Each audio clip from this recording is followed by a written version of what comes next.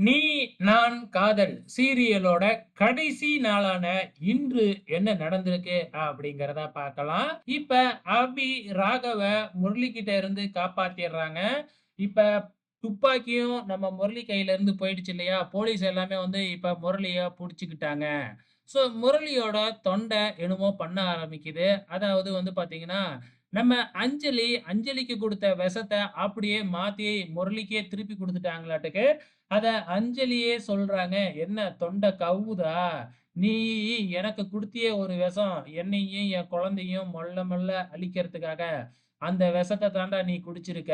அப்படின்னு நம்ம அஞ்சலி சொல்ல, நம்ம முரளி அப்படியே சைக்கோ மாதிரி சிரிக்க ஆரம்பிக்கிறாங்க. உடனே போலீஸு இவன உடனே ஹாஸ்பிட்டல் அழைச்சுக்கிட்டு போகணும் அப்படின்னு சொல்றாங்க. ஆனா முரளி இருந்துகிட்டு, "இல்ல, இல்ல நான் ஹாஸ்பிட்டல்லாம் வரல. எனக்கு அபியே இல்ல அப்படின்னு ஆனதுக்கு அப்புறம், நான் இதுக்கப்புறம் உயிரோட வாழ்ந்து என்ன ஆகப் போறேன்?" அப்படின்னு சொல்லிட்டு, அதே இடத்துல சுருண்டு விழுந்தர்றாங்க. அதுக்கப்புறம் முரளி மனசாட்சி பேசுற மாதிரி ஒரு டயலாக் எல்லாம் போடுறாங்க. "என்ன மாரி வாழ்றவங்களுக்கு இதுதான் கடைசியில கதி" அப்படின்னு சொல்லிட்டு. அப்படியே ஒரு 4, 5 வருஷம் கழிச்சு அப்படிங்கிற மாதிரி காமிக்கிறாங்க. இங்க அனு, ஆகாஷ் எப்படி இருக்கிறாங்க? எப்ப பார்த்தாலும் சண்டை போட்டுக்கிட்டும் இருக்கிறாங்க. அதே டைம்ல வந்து ரொமான்ஸாவும் இருக்கிற மாதிரி காமிக்கிறாங்க.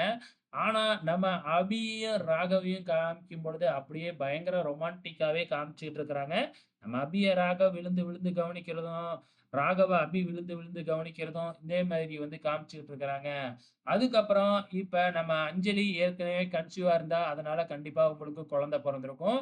இப்ப அபிக்கும், ராகவுக்கும் ஒரு குழந்தை பொறந்திருக்கு. அனுவுக்கும், நம்ம ஆகாஷ்க்கும் ஒரு குழந்தை பொறந்திருக்கு. 3 குழந்தைக்கும் நம்ம பாட்டி சாப்பாடு ஊத்திக்கிட்டு கதை சொல்லிக்கிட்டு இருக்கிறாங்க.